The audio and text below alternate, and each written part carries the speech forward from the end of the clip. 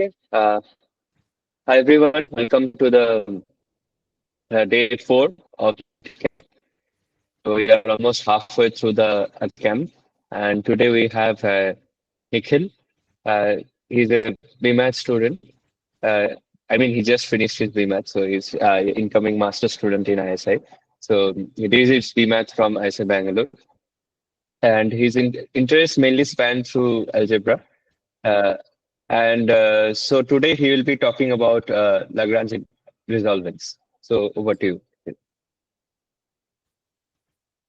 Okay, so today's talk is on Lagrange resolvents, and as you might have read in the abstract, this is it's a technique to solve polynomial equations. Really. So to start, well, okay, I just have the abstract here. To start, we all know how to solve quadratics from school, right? We can, use the quadratic formula. We all know it's minus a, it's minus 12, it's 1 minus 4 is equal to a. Or you could, complete the squares after dividing by a. All of this is very standard. We all know this from school. But then in school, if you have a cubic equation or a 4-degree, 5-degree equation, you never see how to solve these in a systematic way. Most of the time, it's just, oh, you use the rational roots theorem or something, and you guess a rational root. After that, you factorize it into quadratics, and you know how to deal with quadratics. So there's no really systematic way that we're taught in school about how to deal with these. And what we're going to see today is one of those. So we're going to see a general method for solving equations. Now, if you look up online, there are several methods, and the famous ones are, for example, Cardano's method for cubic, and Ferrari's method for quartic. Now, these methods they're very specific and they're sort of unintuitive because you don't really, if you try to look at them up, well, they just seem like magical. They pop out of nowhere, substitutions and the sort of tricks that you do. But what we are going to look today, the Lagrange's method, it's rather intuitive and it's very systematic thing, and it follows nice. It changes nicely. So the technique is not so different from when you're applying it to a third-degree equation or when you're applying it to a fourth-degree equation. And Lagrange's method also gives us insights into how these roots of polynomial equations sort of behave. That's very important. Okay, so we'll start with resolving quadratic equations using this new technique, and then we'll go to cubics and quartics and so before that, there's some prerequisite that I'll assume. I'll just put it here so that you know. So these are so-called Vieta's relations, and we have all seen these in school. For example, if you have a quadratic, say x squared plus bx plus q, and its roots are alpha and beta, then the sum of the roots is negative the x coefficient, and the product is the constant term. And similarly, if you have a cubic, then the sum of the roots is negative the x squared coefficient, and the sum of two roots taken at a time, that's the x coefficient, and the product is negative r. So, this pattern, we have all seen this. And I have written the general ones here, though we wouldn't really need the general ones so much. Okay. So with all of this out of the way, let's start with quadratic equations. Okay. So consider the quadratic ax squared plus bx plus c. And since we are just trying to derive a method, we can just divide by a and assume that the leading coefficient is 1. So let's have x squared plus bx plus q. Now, let's say the roots are alpha and beta. What we're going to look at is polynomial functions of alpha and beta. And even without knowing the roots, we can compute some of these polynomial functions of the roots, as we have all done previously. For example, two very simple polynomial functions that we can compute easily is just alpha plus beta and alpha beta. We all know this. It's just what I said 2 seconds ago. But we can also compute more complicated. For example, alpha squared plus beta squared. So I'll give maybe the audience sometime if you can, if anyone would like to say how this is done.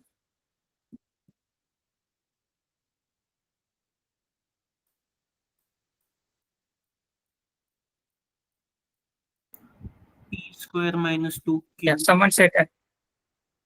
Yeah, someone said that in the chat. It's very easy. It's just alpha plus beta squared minus 2 alpha beta plus p squared minus 2. You could also have, let's say this one. What about this one?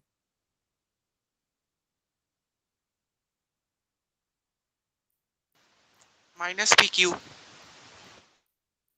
Yeah, correct. It just factorizes as alpha beta times alpha plus beta, and it's minus beta. And well, you could also compute more complicated ones. For example, alpha q plus beta q, or what the thing I've written here. But you can't compute some expression. If I tell you to compute alpha square plus beta or alpha square minus beta square, well, now you're stuck. And why would anyone like to take a guess?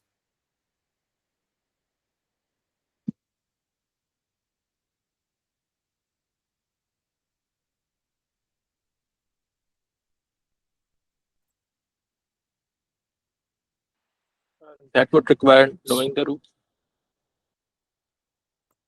Yeah, that is, well, even if you know the roots, the problem is, okay, so you're sort of correct. Let's see. So the nice expressions that you can compute, the difference is that they don't change if we swap alpha and beta. And the ones we cannot compute, they do change. Although someone is saying in compute square minus b square. Yeah. So, okay, so let me finish what I'm saying. And then, let me finish what I'm saying, and then hopefully that answers the question.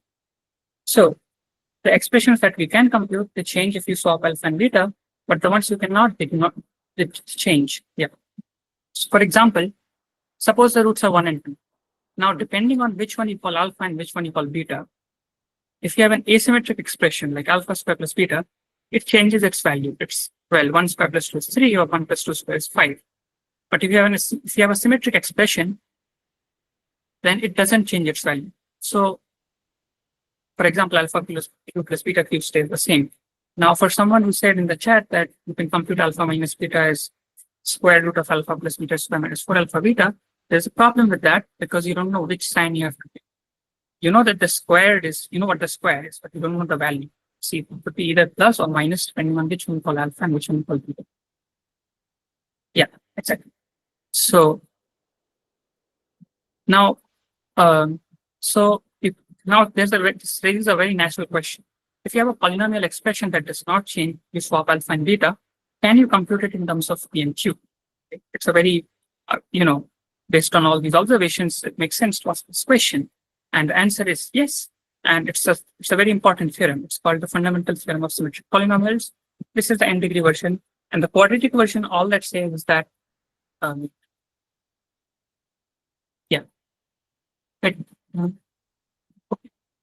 Yeah. In the quadratic version, all it says is that if you have a polynomial of 2 variables and f of alpha comma beta is equal to f of beta comma alpha, then you can compute this as a polynomial function of p and q. And in general, if you have n degree polynomial and you have its n equals alpha 1 to alpha n, if you have a polynomial that doesn't change under any permutation of the roots, under any swappings of the roots and under any interchanging roots, then you can compute it as a polynomial in the coefficients. And yeah, I hope that makes sense. And we have seen enough examples of this. Things like these, you can compute them as polynomials in PNG. Okay. Now, okay, what does all of this have to do with solving quadratic equations? Okay, so going on to Lagrange's method really, Lagrange looked at the asymmetric functions to solve the equations. And how does that help? So let's see. Suppose consider alpha minus beta itself. Now this is asymmetric. You cannot compute its value with just as a polynomial of p and q. It changes its values if we swap alpha and beta. Right? Now, what the idea is, so again, it all must seem like, oh, wait, it's a lot of work. But then for now, forget anything about solving a quadratic. Just bear with me for this. Okay. So instead of computing alpha and beta directly, we will first compute these two values of alpha minus beta. Alpha minus beta takes two values under swapping, alpha minus beta itself and beta minus alpha. And we have to compute these two values first. And one good news is that, well, the two values are each other's negative, as I just mentioned just a couple of seconds ago, and for someone's question. The two values are each other's negative. So if you want to compute these two values, I can just look at their square. It's symmetric. It doesn't change under swapping alpha and beta. And so I can compute that as a polynomial. And I'm not going to ask this again. I think it's very simple and all of us can do this. It's just alpha plus beta squared minus 4 alpha beta or e squared minus 4. Therefore, alpha minus beta takes the two values plus minus square root of e square minus 4q. Okay. So far we have found what alpha minus beta is. How do we find alpha and beta? And the answer is, we already know what alpha plus beta is. It's just minus b, right? So you can just add these two equations and divide by 2, and you get alpha and similarly beta. And that gives you the quadratic formula. So I hope so far it's all okay. We derived the quadratic formula from this new sort of perspective. And you might be wondering why all of this. Well, it seems seems like so much effort to just come at a formula which can be simply by in one line by the usual compilation of squares. So the answer is this idea that we just saw, it works generally. It works for higher order equations as well. There's nothing directly similar to completing the squares that works for higher order equations, but this idea of looking at a function and all of that, which is exactly Lagrange's method, so we'll do today. And Lagrange's method, so it can be described in 3 steps. Finding a nice polynomial functions of the roots, which in our case was alpha minus beta, that takes a couple of values under permutations of the roots. The second step is constructing the polynomial, which has these values as its roots, and solving it. So there's a, yeah. So, and then we look at the Lagrange resolvent. In our case, this doesn't do too much work, well, because if you are talking about the, well, so what I mean is, right here. Yeah, alpha minus beta takes the two values, this. So the two values satisfy the two values are the roots of this quadratic. Nothing a lot, there's nothing too much.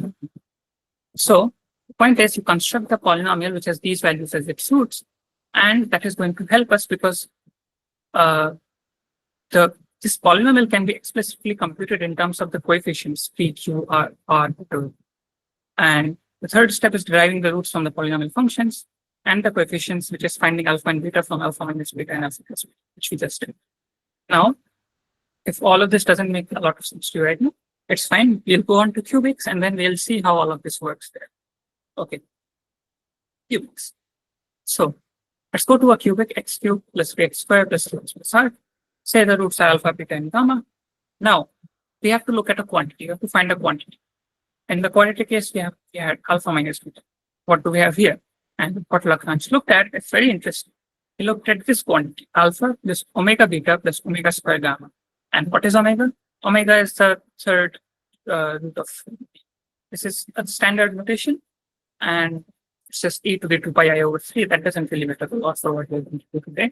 All that matters is that omega cubed is 1 and omega square plus omega plus omega is 0. Fine. So now on permitting the roots alpha, beta, and gamma, the polynomial f takes 6 different values, and that is very clear because, well, I mean, all it is just simple permutation problem, 3 factorial 6. Now, in the quadratic case, what we did is that these values were related, they were negatives of each other. What about here? What sort of relationship do these 6 values have? And the answer is, well, look at this computation. Suppose I am considering f of gamma, alpha, and beta, which is gamma plus omega alpha plus omega square beta. Now I'm going to pull out an omega, and I'm going to have omega times alpha plus omega beta plus omega square gamma, and omega square times omega is 1, so that's why you get gamma back. So I hope this computation makes sense. And therefore, f gamma alpha beta is just omega times f alpha beta gamma. And similarly, if you cyclically permute them once again, beta gamma alpha, you get omega square f alpha beta gamma. Now, so what is happening here? Earlier we had negatives of each other. Now we have each of these values, but you just multiply them by omega and omega square. And for the negative one, what we did was we just squared it. The negative goes away, the minus one goes away. How do we make sure that omega and omega square go away? Just cube them. That's what we exactly do. If you cube these, then all three of these will give you the same value. Now, what about the other three values you asked? Remember, there were 6 values. There were 6 values. So what about the other 3 values? Well, they don't really have a particular relation to these 3 values, but they are also, their cubes are also the same. So the other 3 values, their cubes are the same.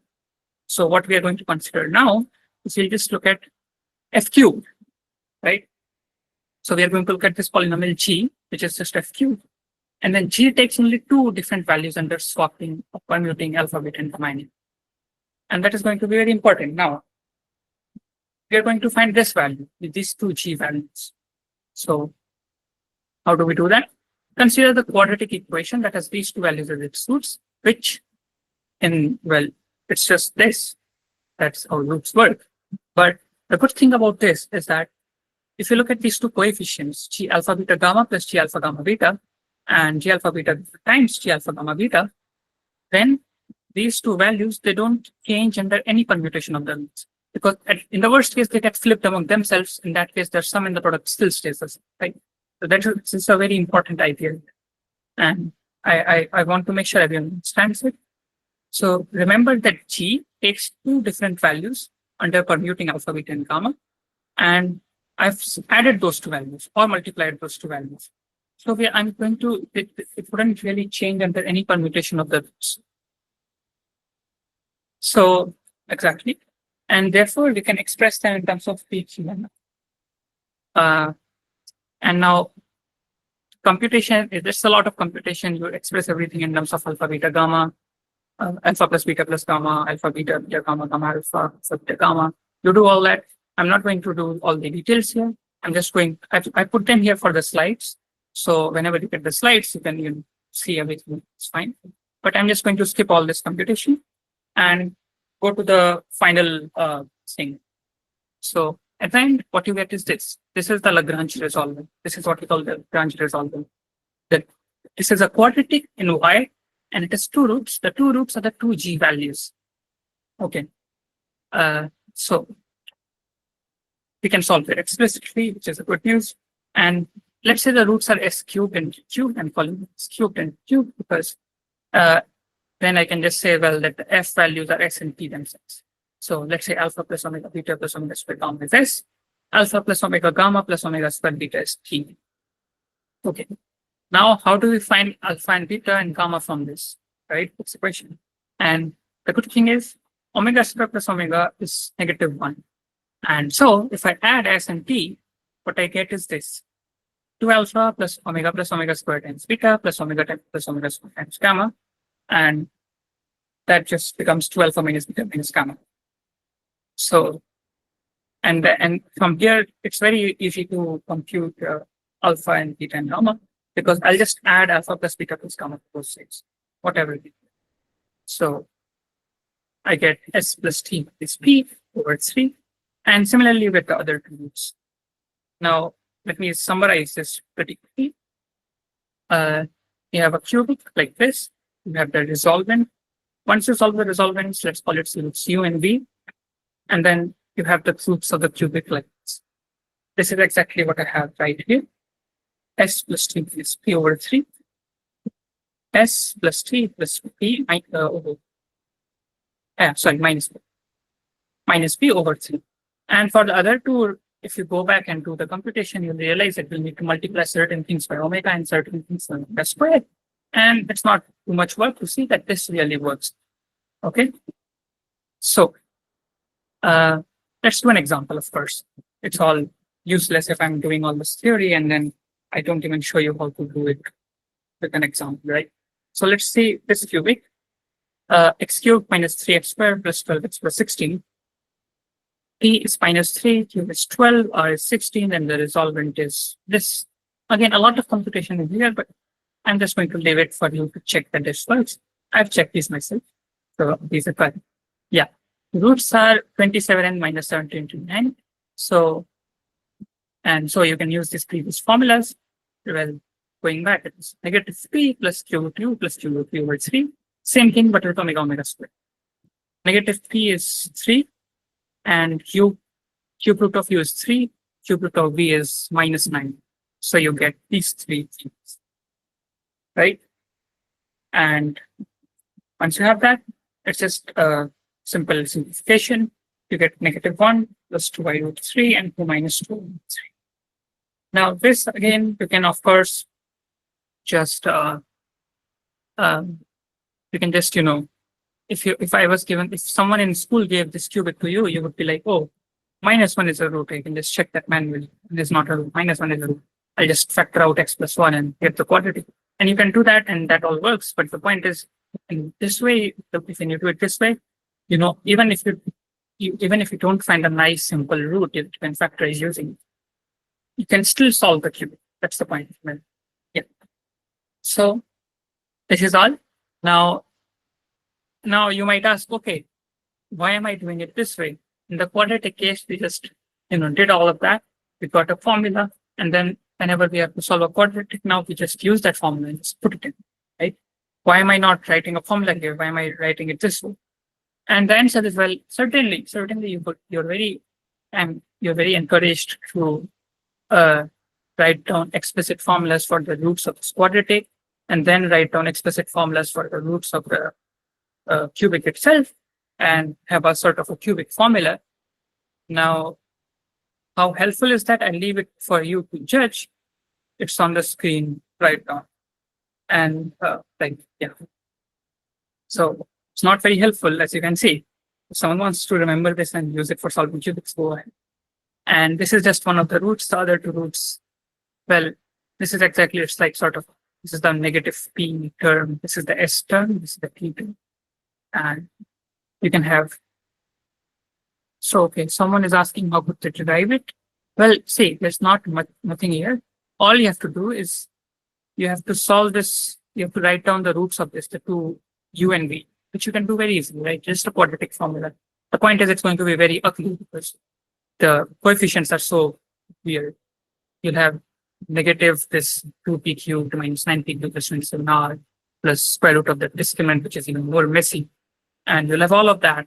And then you have to put them here. And that is exactly this. Remember, it's not too different. See, if you notice here, it's just negative p plus q over 2 plus q over 3 over 3. And what I have here is, this is the negative p. I have a here, but when you divide by a, it's just the same thing. This is negative p over 3. This is s, and this is t, s over 3 and t over 3. So yeah, does that answer your question? Whoever is. Yeah, okay, perfect. And the other two roots, you have to have a omega here and omega square here, and then omega square here and omega. That's all you can do yourself. Okay. This is all for cubics. And now let's go into the main thing, the quartic equations. I hope everyone has been following everything so far, because it's going to be really important. Yeah, okay. So, before moving on to quartics, these are some things that I said, but I want to put them down here. So notice some similarities between the quadratic case and between the cubic case. What are those? In the quadratic case, we looked at alpha minus beta, which I'll rewrite now as 1 alpha plus minus 1 beta. Fancy. And in the cubic case, I looked at 1 alpha plus omega beta plus omega square gamma. Now, what's the pattern? Would anyone like to say something? So, does anyone have a guess? What am I trying to communicate here?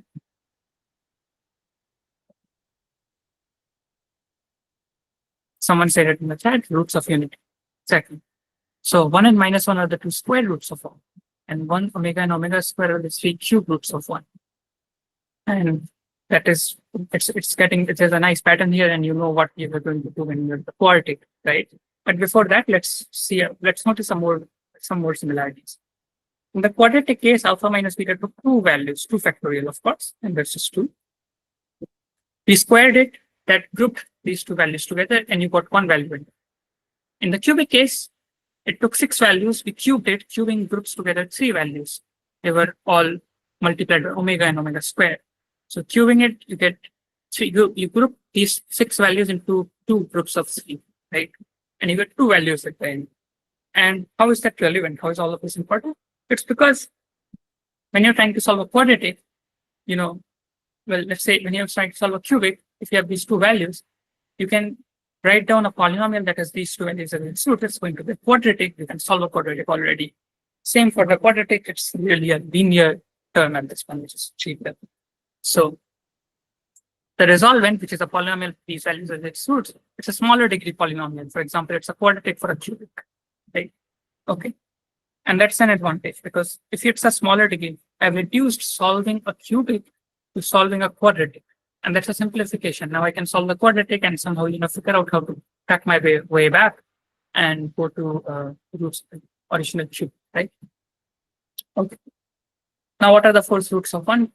Okay, this is very simple. Anyone in the chat or pick up?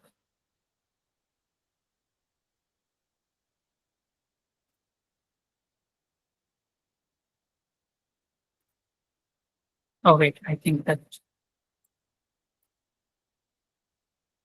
some lag in screen. And someone said it in the chat, yeah, -1, I'm sorry. So what are we going to look at? Can anyone say that also in the chat? It's very simple. If you have a quartic with roots alpha, beta, gamma, and delta, what are we going to look at?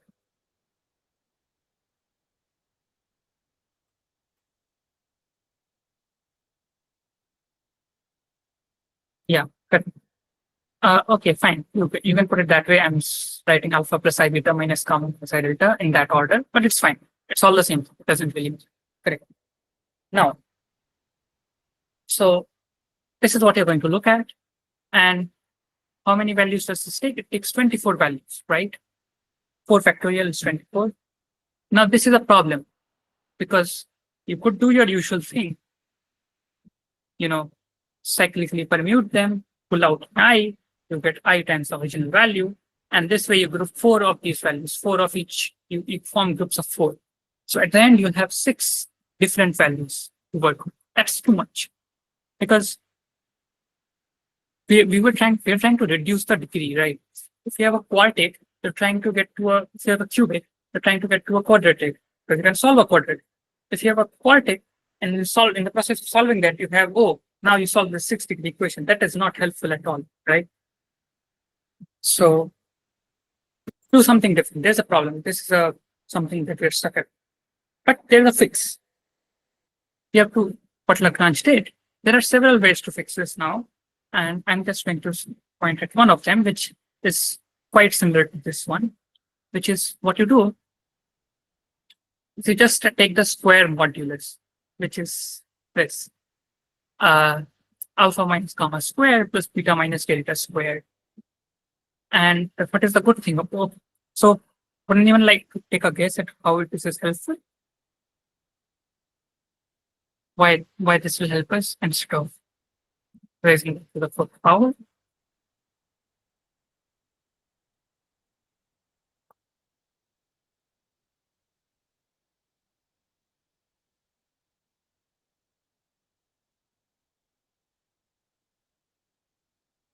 Separated into 2 parts. Okay. I don't really understand what you're trying to say here when you say separated into 2 quadratics. But I saw the other comment that you can swap alpha, gamma, and beta delta among themselves. That's true. And what you can also do is swap alpha with beta, gamma with delta, and that doesn't change this. Exactly. That's the point. You can permute them in 8 different ways and still end up with the same expression, which is the good thing. So, okay, this is just a little remark that, it's lucky for us that we got stuck in the quartic case instead of the cubic or the quintic case, because in the quartic case, we just have I and minus I. So it's very easy to do the square modulus trick. But if you have, let's say, omega, if we had to do this there, it'd be a miss. Anyway, so it groups together 8 out of the 24 values. And we end up with just 3 values at the end. So also you can see directly if you just try to interchange alpha, beta, gamma, and delta, try to permute. How many different expressions can you end up with? And there's only 3 of them, right? Alpha minus squared plus beta minus delta squared alpha minus beta squared plus gamma minus delta squared, and alpha minus delta squared plus beta minus gamma squared. Okay.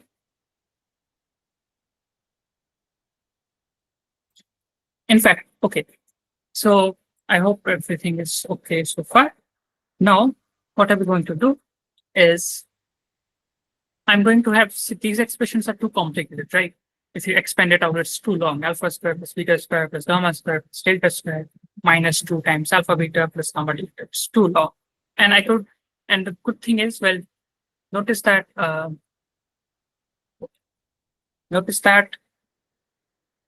if I expand it out, one of the terms, alpha squared plus beta squared plus gamma squared plus delta squared, this term is symmetric. It doesn't change under any permutation. And I can compute this explicitly. It's just p squared minus 2q. It's the same trick from earlier. So knowing this quantity is the same as knowing alpha beta plus gamma delta. So we'll simply just work with alpha beta plus gamma delta. Okay, that also takes 3 different values, of course. And now, so far, what we have done, all of this work to arrive at this nice polynomial alpha beta plus gamma delta, it takes 3 different values. And could someone remind me what one does when you have this in this Lagrange method? What do we do next?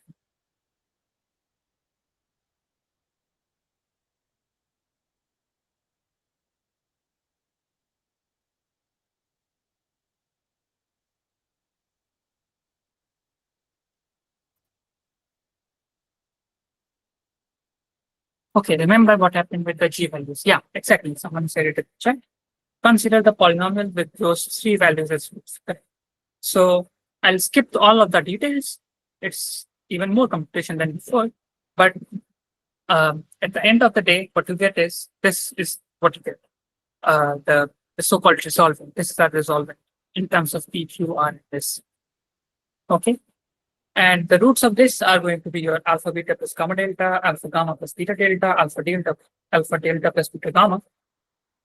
Now, what is interesting is, so how do we recover alpha beta gamma and delta from these values? Because we didn't do our usual thing. If we did our usual thing, we would have a simple way to do that. But unfortunately, that our usual way didn't work. We had to do this sort of trick. And now that we have done this trick, we have to fix the final step as well. It's not simple to recover alpha beta gamma and delta from this. So how does one do this? Here is one way to do that. So let's see. Notice that if I consider this quantity, alpha plus beta squared plus gamma plus delta squared. If I expand it out, I'll get this alpha squared plus beta squared plus gamma squared plus delta squared plus 2 alpha beta plus gamma delta. So once I've solved the resolvent, let's say I know what this value is. I know what alpha beta plus gamma delta is. I also know this anyway, and therefore I know this quantity. How does that help? Okay, so this I have written here. Yeah. Now, how does this help me? Because now what I'm going to do is I'm going to rewrite gamma plus delta as minus p minus alpha minus beta. What does that do? Well, I'll rewrite it like this. This is just p square minus 2q. This is the same. And over here, gamma plus delta I've replaced by this. I've also removed the negative sign because that doesn't really matter. They will square. Okay. From here, from here, can someone see something?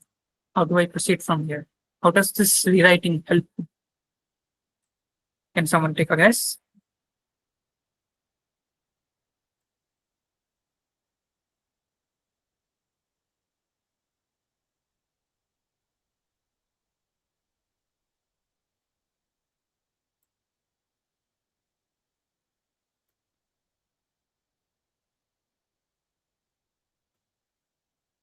Okay, so let me just say it. Alpha plus beta, call it Z, and then you just get a quadratic. This is a quadratic in alpha plus beta. Z, and if you simplify everything, things cancel out nicely, and you get Z squared plus PZ plus Q plus alpha beta plus gamma delta, which is very nice. So therefore, we can figure out what alpha plus beta is. Now, there's a little problem with this, in that so this quadratic has 2 roots. One of them is alpha plus beta, What is the other one? Can someone tell me?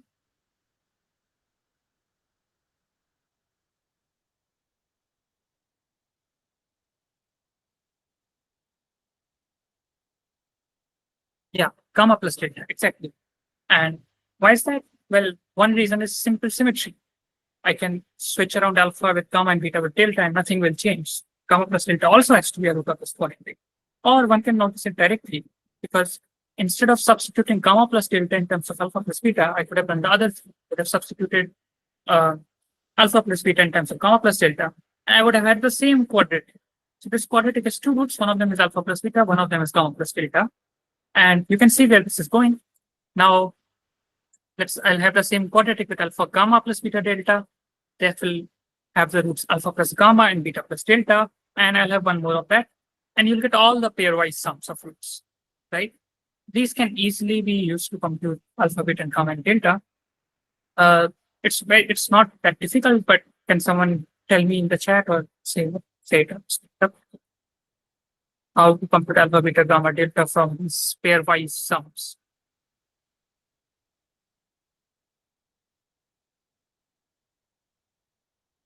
Okay, fine. Well, yeah, it is a system of equations. I was looking for a more explicit method, but it's fine. Let me just. I think you all are. You can all see this very well. So what you do is add alpha plus beta, alpha plus gamma, and alpha plus delta. That will give you 3 alpha plus beta plus gamma plus delta. But this quantity is nothing but 2 alpha minus, right? And therefore you can solve for alpha. Okay, nothing too difficult. Exactly. Good. So now you think, okay, well, you have solved quartic equations, and you have not. There's one problem. There's a problem with this, and maybe some of you have noticed it. So let me just say, does anyone notice a problem here? Is there a problem?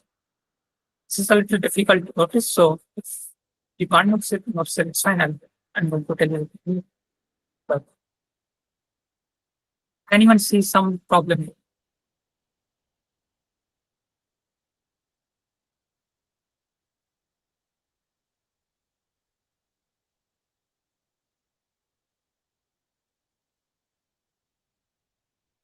Okay, so let me just go ahead. In fact, let me just do an explicit example so that things look out less abstract and more concrete. So let's have this quartic right here. P, Q, R, and S are as follows. The resolvent, you can have this, and you can solve it to get this. Nothing too deep going on here. I'll have this. Now, this tells me that I have to consider these 3 quadratic equations. Z square plus PZ plus Q, which in our case is Z square minus 4Z minus 4, equals -4 equals 6i and equals -6i. We have to solve these. So solving this gives you these 2 for the first one, -1 minus I and 5 plus I for the second one, and these for the third. Now, what is the problem exactly? Problem is this. I know one of alpha plus beta and gamma plus delta is 0. Other one is 4, and same for the other 2 pairs, but I don't know which one is which. And that is a problem. We can't, can we just choose them to be whatever? Can we just let me just say alpha plus beta is 0, alpha plus gamma is -1 minus I, and alpha plus delta is 5 minus I. Does that work? Really? And the answer is no, it doesn't work. Sadly, that doesn't work. So it's not so nice, but lucky for us, we can arbitrarily assign 2 pairs. And what I mean by that is, let's say alpha plus beta is 0, gamma plus delta is 4. I can do, well, this is, I'll leave it for you. It's a very good exercise to check, to think about why exactly I can do this. But I can arbitrarily call alpha plus beta to 0 or 4, whatever you want, alpha plus gamma to be this or this, whatever I want. I can do this for 2 pairs. So let's say I'll go with this choice for now, and I'll encourage all of you to, definitely go and switch around these things. Say alpha plus beta is 4. Say this is that, and see if everything still works around. Okay, How do you proceed from here? How do you know which one is alpha plus delta, which one is beta plus gamma? And well, it's nothing too special. All you got to do is make two cases. Say alpha plus delta is 5 minus I. Then by the method I described earlier, just solve for alpha. Add alpha plus beta, alpha plus gamma, alpha plus delta, and you get alpha. In this case, you get minus I. Now minus I, you can go back to the original quartic. It's not a root. Therefore, alpha plus delta has to be minus 1 plus I. And with that, you get alpha is minus 3. This has to work, and you can check also that this works. And once you have alpha, well, now every value is settled, so you can just simply compute the other 3 values. Alpha plus, just subtract alpha from alpha plus beta, alpha plus gamma, alpha plus delta. Right? So, to summarize all of this, what we did really end up doing really is we assigned 2 pairs, and the third one we just make 2 cases, see which one works out, and go with it. Let me summarize the method for a quartic explicitly. Suppose you have such a quartic. You write down the resolvent, you call it suits U, V, and W, consider these 3 quadratics. Now, notice that whatever I've done, I only care about one value. I only care about alpha plus beta and alpha plus gamma, right? Don't care about these. So I'll just pick one root. Pick one root of the first quadratic, any root, U, one of the second, let's say V, capital V. And for the third one, now I have to check, do the checking thing, right? So let's say the roots are W1 and W2. Now, how do I do that? Again, I solve for alpha, and that is really this, if you do the computation. One of these has to be a root, let's say alpha, and the other 3 roots after. So once you just manually put them, and once you have that, you have the correct values of alpha plus beta, alpha plus gamma, and alpha plus delta, and then you can compute beta, gamma, delta, right? Just U minus alpha, V minus alpha, and W1 or W2 minus alpha. So I hope there are no questions about this or so far about the quartic. It's a little more complicated because we are increasing the degree. As we increase the degree, the difficulty goes up by a lot. You'll see what I mean by this. So I hope this is clear. Now, are there any people who want to see the quartic formula after they have seen the cubic formula? Are there any people still have hopes that, oh, maybe the quartic formula is going to be nice and something more practical than. Okay, I'm getting there. Yeah, I'm getting there. Someone asked in the chat, hasn't it been proven that quintics cannot be solved? I'll get to that. So, okay, before going to the quartic, let me just show you another quartic so that, because it was a little messy while I was trying to explain this. So let's have this quartic. P, Q, R, and S are this, the resolvent is this, the roots are this. What do I have to do now? Consider these 3 quadratics. I'll consider these 3 quadratics. I'll say capital A is 5, V is 2, W1 is 1, W2 is -1, and I have to check which one works. Luckily, W1 works itself because 4 is a root. And once I have that, the other 3 roots are 1, negative, and negative. Very simple example, nothing too much going on here. You are now, you will, of course, after this talk, you can go and try to solve some quartics yourself. Anyway, so super convenient quartic formula for anyone who still has their hopes up after looking at the cubic formula. There, that is the there. Okay, if anyone wants to use this for their computations, go ahead. This formula, no one cares about, no one remembers it. It's just for the sake of it. And I just put it here for the sake of this. Okay, so much about quartics. Let's go to quintics and above. So what happens? So let me take you to a little math history lesson.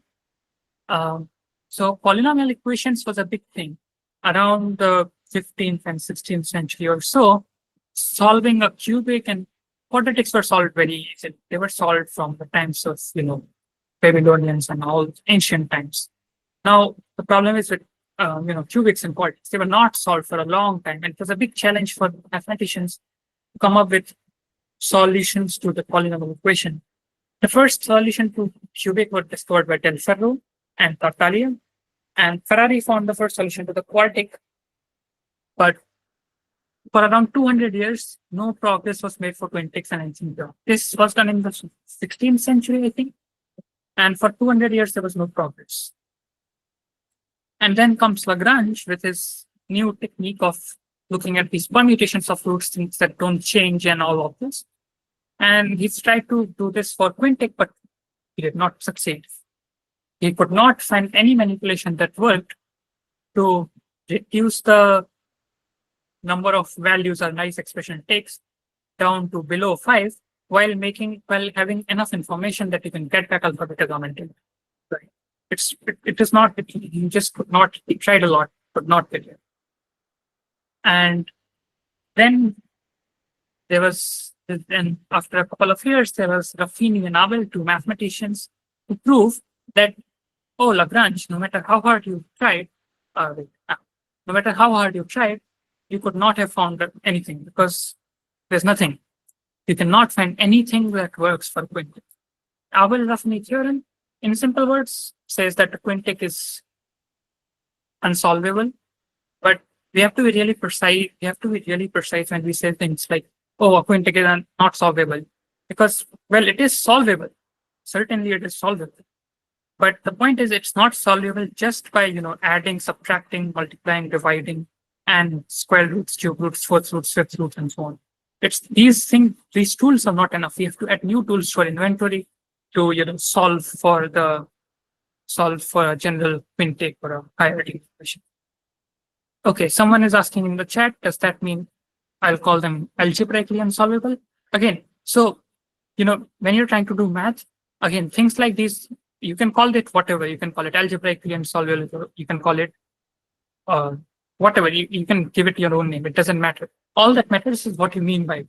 And what Abel and Ruffini mean by it when they say that they mean that you cannot write, you cannot solve for them just using these tools. And in fact, they mean that there's no general formula in terms of the coefficients. Like we saw the horrible quartic formula, we saw the cubic formulas. Cannot see the full chat. Wait, okay, so I'll get back to your question soon, whoever did that question. I could not see the complete chat because should I read it out for you? Okay. Yeah, sure. Okay, so Tanushya asks, all degree polynomials are solvable. Like, does there always exist a degree n polynomial which has real roots? Yeah, well, okay, that is okay, I'll encourage you to think about it, but for every n, you can find an n degree polynomial that has real roots. Okay, one example is just consider x to the n, that has real roots. All of its roots are 0. And you can make such trivial examples anyway. The difference is you cannot solve for all of the polynomials. So if I give you any quartic equation, I can guarantee that you can find a solution to it using fourth roots, square roots, cube roots, whatever. But if I give you a quintic, turns out mathematicians have proved that it's very fascinating, it's very surprising. But that you cannot just write it in terms of your integers and rationals and your nth roots, square roots, cube roots, fourth roots. Turns out that if you have a polynomial like x to the 5 minus x minus 1, there is a root of this. There's no way to describe it other than the fact that it's a root of this particular equation. I cannot describe it. Well, okay, I have to be clear here. You can, of course, describe it in terms of these special functions. There are these special functions that you can solve that once you know them, you can write down explicit quintic formulas, but again, they are not elementary in some sense. Okay, so I hope that answers whatever you're asking. So let me finish. I have a couple more slides and then I can take more questions. So, and after a couple more years, Galois also entered the picture. Maybe some of you have heard, maybe the category C audience here has already seen Galois theory, but there was this mathematician, Galois, who introduced a subject called Galois theory. And Well, now it's much more than that. It's more general and everything.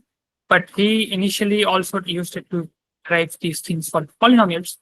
And the idea, the key idea, is to look at permutations of roots, which is exactly what we have been doing all this talk. Permutations of roots and in general permutations are very important in how Galois theory studies polynomials and its roots. And that is what I mean when I'm saying that Lagrange's method gives us more insight into polynomials, their roots, and their mathematics than a method like Cardano's and Ferrari's, because those methods, they're just algebraic tricks. Now, this is not to downplay those methods. They're amazing and they are, just such amazing tricks. Then if you just go ahead and look at the Ferrari's method to solve the quartic, you'll notice it's much simpler than whatever we have done. It's much simpler, but it's just so magical and it doesn't really have much to do with the general theories. So, okay. So, and to end this talk, I'll just tell you a couple of applications of the Galois theory. It's developed significantly since then, and it's been used to solve these classical straight edge compass problems. So one of them is doubling the cube, which is if I am given the edge of a cube, can I construct the edge of another cube with volume exactly twice of the first, using just a straight edge and a compass? And then there's the problem of squaring a circle. Given a circle, can one construct a square with the same? And then there's trisecting an angle. Can you trisect an angle? Some of you might remember that in high school, you would have these chapters where you would have to learn how to bisect an angle using compass and a straight edge. But you never learned how to trisect an angle, did you? And it was an open problem for a long time. People were trying to look at, can one actually have a general construction of trisecting an arbitrary angle? And when Galois theory came up and it was developed, turns out that all three of these are impossible. All three of these are impossible. None of these you can do. And Galois theory shows it. Very neat. So this is some sort of motivation for you to go and learn some Galois theory. And okay, anyway, there's also one more classical problem, which is Gauss's problem of construction of regular n-bond. So again, you have done this construct a equilateral triangle using a straight edge compass, which you can do because 60-degree you can construct an angle. You can construct a square, you can construct a pentagon, you can construct a hexagon as well. Can you construct a heptagon? Very interesting. Think about it. And Gauss, a famous mathematician, I've heard of him, he had a conjecture about what n-bonds can be constructed by a straight edge and compass. He in fact had an explicit construction for whatever he had conjectured, but he did not have a proof that these are all. And Galois theory also helped prove that conjecture as well. And I could not to show how Galois theory helps in that. It takes a lot of machinery to develop. And okay. This is pretty much it for my talk. Thank you. If there are any questions, thank you. Thanks for the wonderful talk. So we'll open up for questions right now. You can unmute yourself and ask questions, or you can write it up in chat, whatever is comfortable with.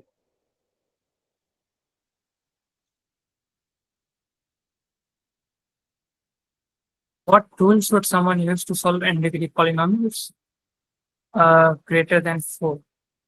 So, well, I don't know much about it, to be fair, but what I know is that, you have to just like, I don't know if some of you might have heard of it, but if you consider some simple equations like, let's say, x times e to the x equals 2, just consider this equation. How do you solve for x in this equation? Well, there's no really elementary simple way. You cannot solve this in sines, cosines, logs, and so on.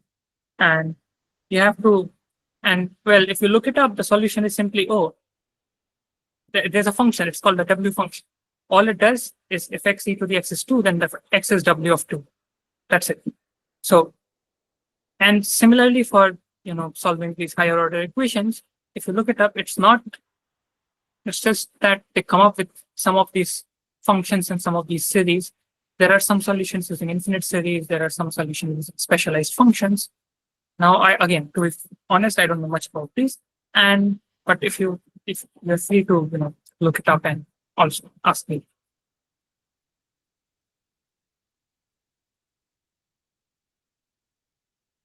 The basic obstacle when applying the method of resolvents to quadratics. The basic obstacle is that, remember, in the quartic case, you had to do that square modulus trick. You could not just let me go back to where I. Yeah, this did not work. Alpha plus I beta minus gamma minus I delta, it did not work. You had to do this, and this had just took 3 values, which was good for us.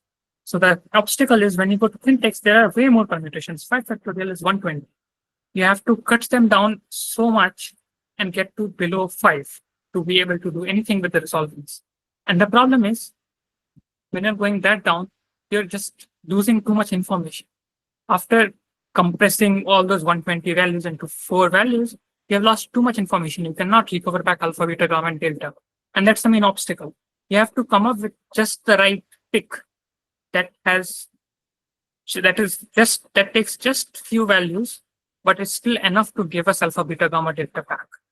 And that's the obstacle, because in higher order equations, there's just too many permutations to deal with.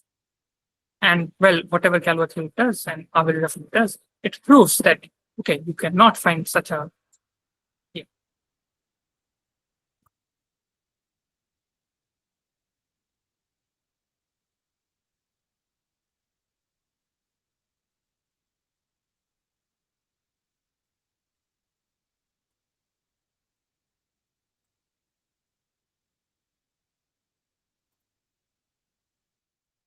Are there any more questions?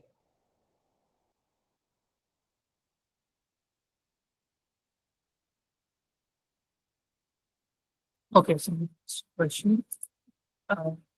If there's an elementary polynomial which is just x minus 1 times x minus 2 times so on with x minus n, would someone realistically be able to solve it without any issues? Yeah, of course. See, again, this is very important to emphasize that when we say that higher order polynomials are not solvable, it does not mean that all polynomials are not solvable. It means that there are polynomials that are not solvable, and so you cannot have a general form.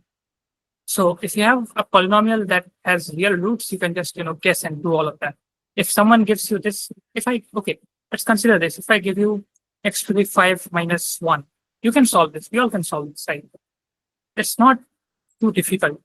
Again, so you can have polynomials of higher degrees of arbitrary degrees that can be solved realistically without any issues, but you cannot solve all of that. If I give you anything, there's a chance that you just don't. And in fact, under a certain sense of random, it can be proven that if you pick up random n degree polynomial, if you pick n degree polynomial at random for n bigger than 5, it's not solvable. Yeah. So I hope you understand. I hope that answers the question.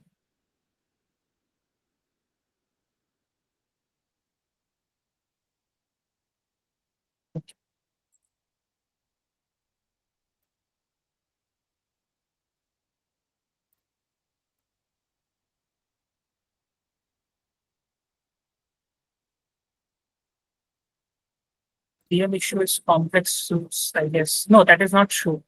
Also not true, because so this is a simple exercise to check, and it's a good exercise for you guys.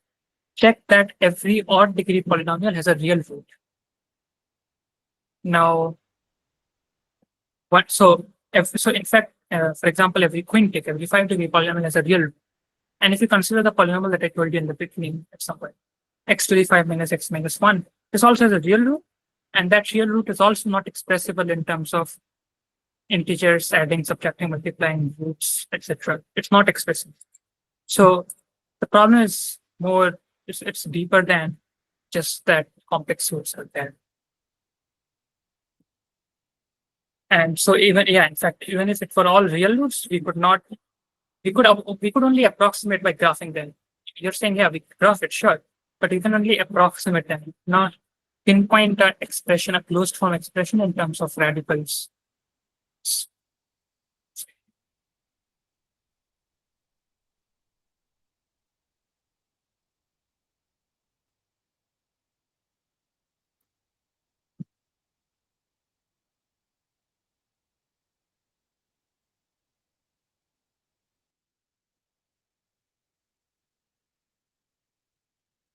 Any texts we can refer to understand Lagrange resolvents in detail. Um, so the okay, I personally don't know any references for a high schooler because all the references that I know they have some sort of calorie. What I did was, sort of try to remove all the advanced stuff and have a simple statement of the thing.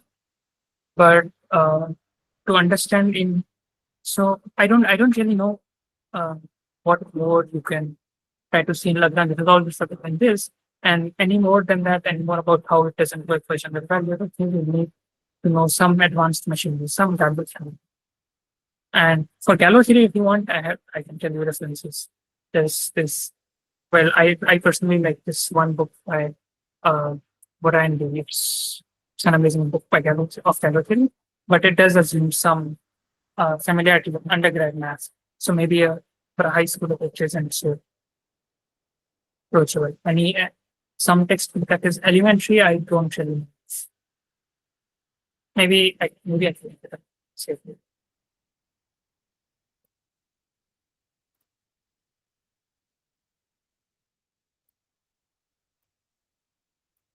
Okay, we are almost the time is almost up. So let's thank uh, Nikhil one more.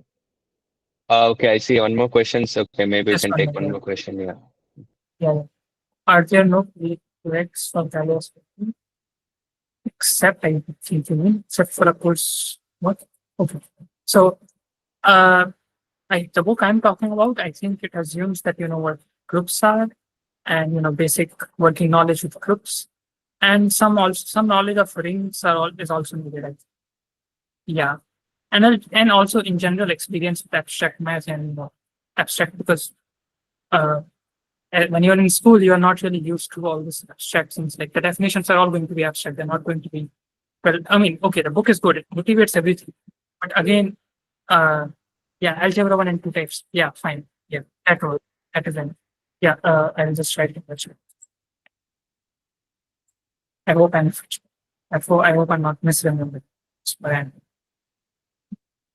uh, yeah, correct. That's good. That's it, what I mean. Okay. Okay. Let's thank Nikhil once more for his wonderful talk. So we'll meet again in the next lecture. So as of now, I'm ending that talk here. Thanks, Nikhil.